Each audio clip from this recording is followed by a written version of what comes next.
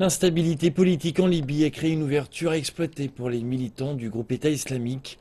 Voyons quel est le point de vue des experts au Caire sur la possibilité d'une intervention en Libye.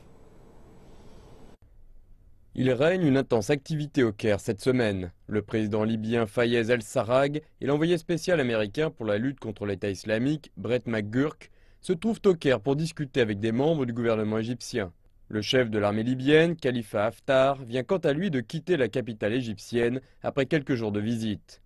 La question d'une intervention internationale en Libye est en discussion, mais certains analystes se montrent sceptiques. L'OTAN et les forces internationales sont rapidement intervenues pour évincer Mouammar Kadhafi du pouvoir. Lorsqu'il a quitté son poste et que le pays a été inondé d'armes, les forces internationales se sont retirées de la scène, laissant la Libye dans le chaos. Si elles reviennent, ce sera la fin de la Libye. Aucune force internationale ne sera acceptée, excepté sous le patronage de l'ONU, avec une direction arabe pour contrôler la situation.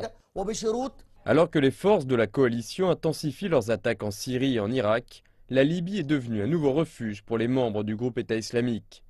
Ces militants se sont infiltrés dans les pays voisins. Cela a incité l'Égypte à fournir un soutien à l'armée libyenne dans sa lutte contre l'EI. Le Caire prévoit également de se joindre aux efforts de l'ONU pour maintenir la stabilité politique dans le pays.